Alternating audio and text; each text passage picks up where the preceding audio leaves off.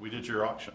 Oh, you did? The very first one that we ever did. Heritage? Yeah, Heritage Auction. Yeah. I actually worked for them too. That was a hell of a collection. It was a hell of a collection. I have a couple of your books, to be honest. Well, good for you. Yeah. Save them. I do remember down during production, my dad did come. Wanted to show off some of his comics to Nick. So they were good. They were good. Yeah, very good. They were good comics. This is a weird way to start this. I love it. Yeah. I can honestly say, first of all, both of you guys have been on my most wanted list for a long time for doing interviews. So thank you. Thank you.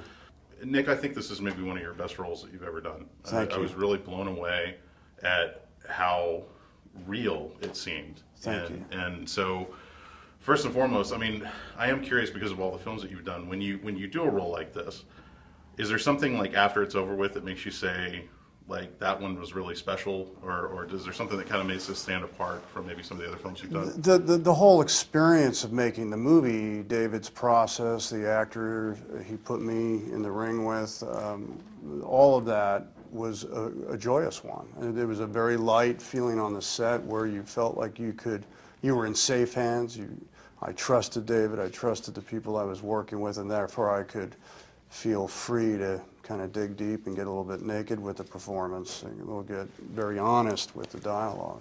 Mm-hmm. And David, working with Nick, I mean, is there what in particular did you want to bring to this film? Obviously, there's so much there with the book already, you know. But when you're working with a guy like that, was it one of those collaborative processes that you kind of knew that this is the perfect guy for this part, or is that one of the things that develops as it's being filmed? No, Nick was absolutely the perfect guy for this part, and I think we recognized that really early in our conversations with the sense of ambition and trust that we had with it. I think if there was one thread of what we wanted to accomplish, we just wanted to make it honest. We didn't want to make it full of, we didn't want to just hit the sentiment or hit the aggression or we just wanted to kind of have a blend. It's a very difficult world to live in, these characters. We liken it to a Western, and I think there's a lot of genre elements, but at the same time we want to make it a human story. So we're trying to juggle a lot of things emotionally, dramatically, but we also want to have a wit and a humanity to it. Mm-hmm. Can you talk about some of the really great aspects of shooting in Austin and kind of in and around Texas? You know, I'm sure, I mean, I know this is not your first time to do that, but, you know, Nick, I mean, you've shot everywhere. You know, can you talk a little bit about what are some of the great things about, you know, being in the Lone Star State?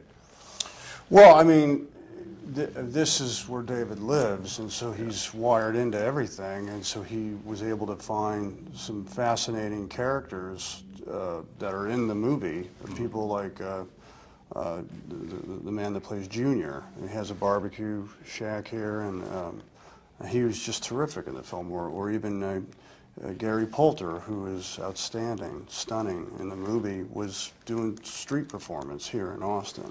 That just added so much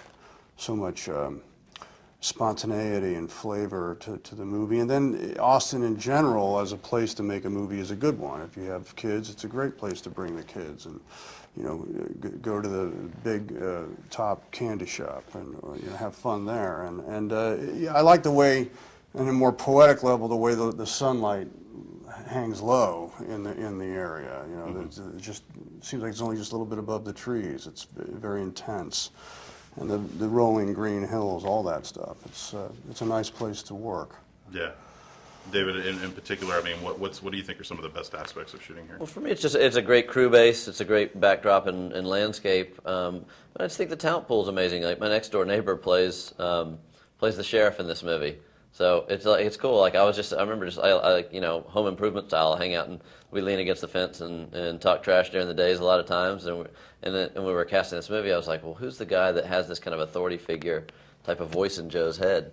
The guy that can sit down at a dinner table with him and shoot him the truth. Yeah. It's like, well, I think AJ can do that. So it's kind of cool being able to find performance in non-traditional places. Yeah. What's the best thing that you guys saw in each other working with one another? Well, for me, it was David's vivaciousness, his sense of humor,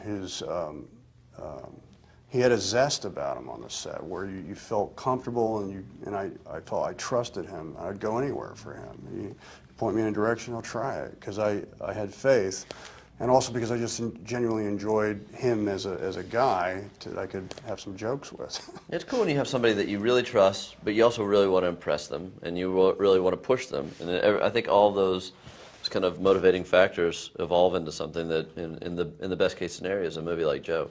Yeah, I think the end result is phenomenal. I think you guys did a terrific job.